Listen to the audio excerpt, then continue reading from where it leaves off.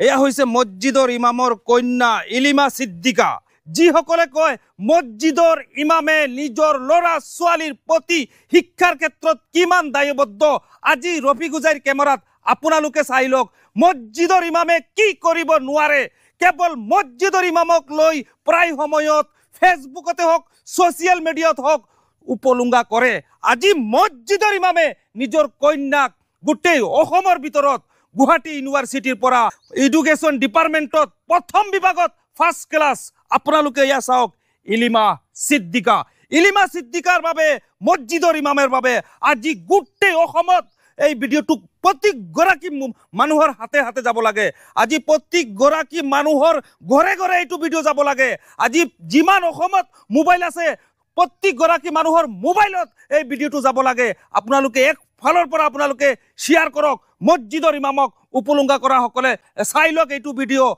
মছজিদৰ ইমামে নিজৰ কন্যাক অসমৰ ভিতৰত ফাৰ্ষ্ট ক্লাছ ফাৰ্ষ্ট মানে পজিশনত এইবাৰ উলিয়াই আনিছে এডুকেশ্যন ডিপাৰ্টমেণ্টত এয়া ইলিমা সিদ্দিকা তোমাৰ দেউতা হৈছে মছজিদৰ ইমাম সাহাব নহয় জানো তুমি যে ইমানখিনি পঢ়িছা কেতিয়াবা তোমাৰ পঢ়াৰ ৰাস্তাত বাটত তোমাক ইমাম সাহেব গৰাকী কৈছে নি যে মই ইমাম সাহেব মোৰ কন্যা তুমি ইমানখিনি পঢ়িব নালাগে বুলি বা কেনেকৈ তোমাক ঘৰত চোৱা চিতা কৰিছে পঢ়াৰ ক্ষেত্ৰত কেনেদৰে যত্ন লৈছে এগৰাকী মছজিদৰ ইমামে অকণমান ৰাইজে আজি জানিব বিচাৰিছে তোমাৰ মুখৰ শব্দ আজি ৰাইজে শুনিব বিচাৰিছে মোৰ ঘৰৰ পৰা একো বাধা দিয়া নাই মোৰ দেউতা কৈছে যিমান পঢ়িবি সিমানেই পঢ়াম যিমান মানে ছাপৰ্ট লাগে মোক মোৰ পৰিয়ালৰ পৰা ছাপৰ্ট কৰি আছে মোৰ পৰিয়ালৰ পৰা মই একো অসুবিধা ফেচ কৰা নাই আচ্ছা তুমি যেতিয়া কলেজত গৈছা বা তোমাৰ স্কুল লাইফ কলেজ লাইফ তুমি হিজাব পিন্ধি গৈছিলা নে কেনেকৈ গৈছিলা আন ছোৱালীৰ দৰে হিজাব পিন্ধি গৈছোঁ মই স্কুলৰ পৰাই কেতিয়াবা হিজাব পিন্ধি গ'লে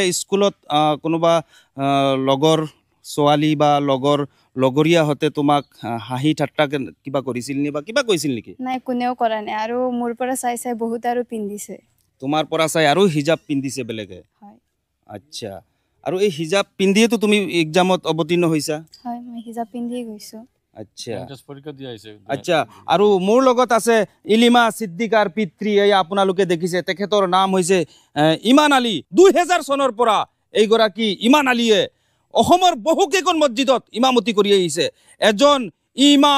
এজন মছজিদৰ ইমাম কিমান প্ৰত্যাহ্বানৰ সন্মুখীন হ'ব লাগে আপোনালোকে জানে মুছলমান ধৰ্মাৱলম্বী লোকসকলে জানে এগৰাকী মছজিদৰ ইমামে কিমান লাখ লাখ টকা দৰমহা পায় কিমান টকা দৰমহা পায় সেয়া আমি ক'ব নালাগে আপোনালোকে মুছলমান ধৰ্মাৱলম্বী লোকসকলে জানে সেই ইমাম সাহাবগৰাকী নিজৰ কন্যাক আজি গোটেই অসমৰ ভিতৰত আজি ফাৰ্ষ্ট ক্লাছ টপ 1ত আজি উজ্বলাই পেলাইছে ইমাম সাহেব আপুনি মানে ইমাম মছজিদৰ ইমাম হৈ কেনেদৰে আপোনাৰ ছোৱালীগৰাকীক মানে সপোন দেখিছিলে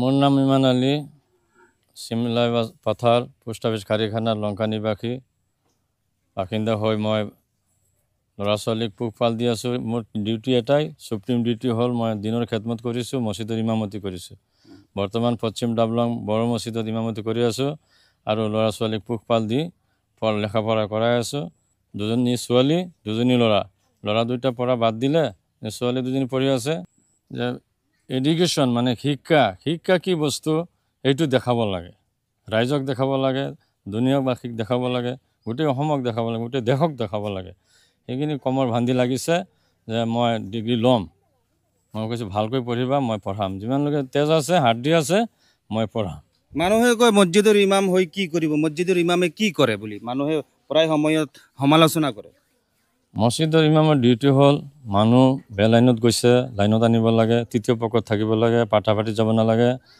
সমাজত বিভিন্ন ধৰণৰ মানুহ থাকিব পাৰে এই সমাজখন আদৰ্শৱান সমাজ বনাবলৈ ইমামৰ চেষ্টা এইটো ইমামৰ চাই লওক মছজিদৰ ইমাম হৈ কি কৰিব পাৰে যেতিয়াই ট্ৰল কৰিব যেতিয়াই উপলুঙ্গা কৰিব মোৰ এই ভিডিঅ' টাইমলাইনত আপোনালোকে শ্বেয়াৰ কৰি ৰাখক আৰু এই ভিডিঅ'টো কমেণ্ট বক্সত দি দিব যোনে যেতিয়া মছজিদৰ ইমামক লৈ কথা ক'ব প্ৰশ্ন কৰিব এই ভিডিঅ'টো নি তেওঁলোকক পঠিয়াই দিব ঠিক আছে আমি ভিডিঅ' বনাই থকা অৱস্থাত এইফালে পিছফালে চাওক কেমেৰা এইফালে ঘূৰাব এয়া চাওক তেওঁৰ গাঁও এইখন হৈছে তেওঁৰ গাঁও তেওঁলোকে চাব আহিছে ইলিমা সিদ্দিকাৰ গাঁও এয়া হৈছে চিমলাই পথাৰ বৰদলং বজাৰৰ লগতে এইখন চিমলাই পথাৰ আজি এই এৰিয়াৰ যিজন পঞ্চায়ত প্ৰেচিডেণ্ট আছে, এই এৰিয়াৰ যিসকল ডাঙৰ ডাঙৰ নেতা আছে, ৰাবিছ লৈ আহক, টাটা মোবাইল দি ৰাবিছ পেলাই দিয়ক। আপোনালোকৰ সুনাম কঢ়িয়াই আনিছে।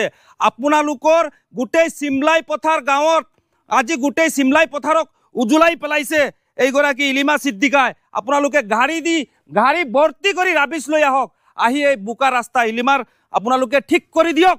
আজি গোটেই অসমত উজুলিছে, আপোনালোকৰ গোটেই নাম অসমত ৰাখিছে। চিমলাই পথাৰ মানে চিমলাই পথাৰৰ নাম গোটেই অসমৰ চুকে কোণে আজি চাওক ভাইৰেল কৰাই আছে ইলিমা সিদ্দিকাই। ইলিমা সিদ্দিকাই এই ঘৰৰ পৰা ওলাই যাওঁতে ডাইৰেক্ট ৰাবিছৰ ৰাস্তাৰে গৈ পকী ৰাস্তাত উঠিব।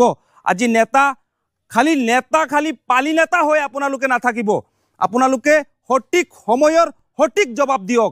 আৰু ইলিমা সিদ্দিকা, তুমি এতিয়া কি কৰিবা বা কি সপোন এতিয়া তোমাৰ? মোৰ প্ৰফেচৰ হোৱাৰ সপোন আছে। মই এতিয়া মাষ্টাৰ ডিগ্ৰী কৰিম। মাষ্টাৰ ডিগ্ৰী কৰিবা ন? মাষ্টাৰ ডিগ্ৰী ল'বলৈ ক'ত যাবা? মই তেজপুৰত এপ্লাই কৰিছোঁ আৰু গুৱাহাটীত এপ্লাই কৰিম। গুৱাহাটী ন?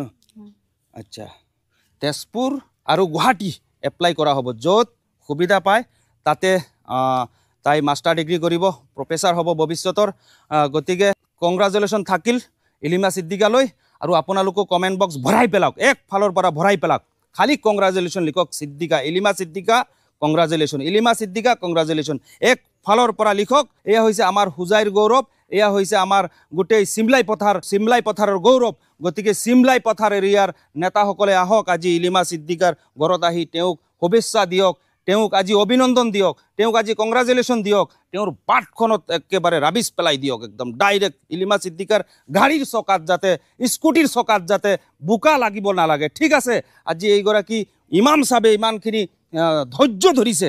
এগৰাকী ইমামে কিন্তু নিজৰ কন্যাগৰাকীক কিন্তু তেওঁলোকে বয়ান দে, তেওঁলোকে কয় নিজৰ ছোৱালীগৰাকী উপযুক্ত হৈ গ'লে বিয়া দি দিবা পটককৈ। ঠিক আছে, মানে 18 বছৰৰ পাছত নিয়ম মতে বিয়া দি দিব লাগে, উপযুক্ত হোৱাৰ লগে লগে বিয়া দি দিব লাগে। ইমাম চাবসকলে প্ৰায় বয়ানত আমি বয়ানত শুনো, কিন্তু এইজন ইমাম চাবে নিজৰ কন্যাগৰাকীক সুকন্যা হিচাপে গঢ়ি তুলিবৰ কাৰণে তেওঁ কিন্তু যতন লৈছে, তেওঁ কিন্তু আগবঢ়াই দিছে। আৰু সেই সপোন মছজিদৰ ইমামৰ সেই সপোন কন্যাই কিন্তু পূৰণ কৰি দেখুৱাই দিছে, আজি গোটেই অসমবাসীক দেখুৱাই দিছে। গতিকে আপোনালোকে যিমান পাৰে আপোনালোকে ভিডিঅ'টো শ্বেয়াৰ কৰি দিব। আপোনাৰ কন্যাই কৈছে এইবাৰ মাষ্টাৰ ডিগ্ৰী কৰিব, প্ৰফেচাৰ হ'ব, তাতে আপোনাৰ সমৰ্থন থাকিব নে আপুনি বেলেগ কিবা চিন্তাধাৰা কৰিব? মোৰ 100% সমৰ্থন আছে, আৰু যিমানখিনি ডিগ্ৰী ল'ব পাৰে ল'ব, যিমান ওপৰলৈ যাব পাৰে আপুনি আগুৱাই দিব ইনশাআল্লাহ। যিমান ওপৰলৈ যাব পাৰে সিদ্দিকাৰ সপোন আৰু ইমাম চাবৰ সপোন গঢ়াৰ ক্ষেত্ৰত তেওঁলোকে প্ৰয়াস চলাই যাব। ঠিক আছে, আৰু পঢ়াৰ কেনে গাত প্ৰতিঘাতৰ সন্মুখীন হৈছে তোমাৰ এই ষ্টাডি লাইফত? কিবা গাত প্ৰতিঘাত কষ্ট কি মানে তোমাৰ অলপ ৰিয়েল লাইফ হিষ্টৰী অলপ কৈ দিয়া, পাব্লিকে জানিব বিচাৰিব না। সমস্যাৰতো বহুত সন্মুখীন হৈছোঁ, তথাপি মানে এৰাই চলিব খুজিছোঁ। বহুতে বাধা দিয়াৰো চেষ্টা কৰিছে, পঢ়া কেনেকুৱা বন্ধ কৰিব পাৰি তেনেকুৱাও বহুতে চেষ্টা কৰিছিলে নেকি? বহুতে। আচ্ছা, তথাপি মই মানে সেইবিলাক নেগলেক্ট কৰি মই মোৰ পঢ়াৰ প্ৰতি লাগি ৰৈছোঁ। আৰু মোৰ কলেজৰ টিচাৰসকলেও মোক বহুত হেল্প কৰিছে, কৈছে এইবিলাক কথা তুমি এৰাই চলিবা। হাইস্কুল ক'ত আছিলে তোমাৰ? কোনখন হাইস্কুলৰ পৰা? অসম বেলি একাডেমীৰ পৰা মই হাইস্কুল পৰীক্ষাত উত্তীৰ্ণ হৈছিলা? হয়। পাছত কোনখন কলেজত নাম ভৰ্তি কৰাইছিলা? পাছত ইছলাম বস্তি নৱজ্যোতি জুনিয়ৰ কলেজত নাম ভৰ্তি কৰায়। আচ্ছা, এইখন কলেজৰ পাছত তুমি কৃষ্ণবৰা BEd কলেজৰ পৰা এতিয়া ডিগ্ৰীত উত্তীৰ্ণ হৈছোঁ। আচ্ছা, তুমি এতিয়া গুৱাহাটী ইউনিভাৰ্চিটিৰ পৰা যি অসমৰ ভিতৰত এডুকেশ্যন ডিপাৰ্টমেণ্টত প্ৰথম গৈছা, তাত পাৰ্চেণ্টেজ ৰেংক অকণমান জনাই দিয়া পাব্লিকক। গুৱাহাটী ইউনিভাৰ্চিটিত এডুকেশ্যন ডিপাৰ্টমেণ্টত মই ফাৰ্ষ্ট ৰেংকত আছোঁ।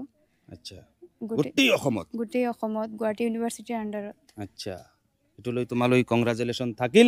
আৰু তোমাৰ আৰু এগৰাকী ভণ্টি আছে নেকি? তাই কিমান ডাঙৰ? তাই এতিয়া 4th চেমত পঢ়ি আছে। BA 4th চেমত ন? 4th চেম ক্লিয়াৰ হৈ গ'ল। 4th চেম ক্লিয়াৰ হৈ গ'ল ন? আচ্ছা, তাইৰ আৰু এগৰাকী ভণ্টি আছে, দাদা দুগৰাকী আছে নে ভাইটি? ভাইটি এজন আৰু দাদা এজন ন? এয়া হৈছে তেওঁলোকৰ এইটো সৰু এটা ফেমিলি, মছজিদৰ ইমাম চাবৰ সৰু এটা ফেমিলি।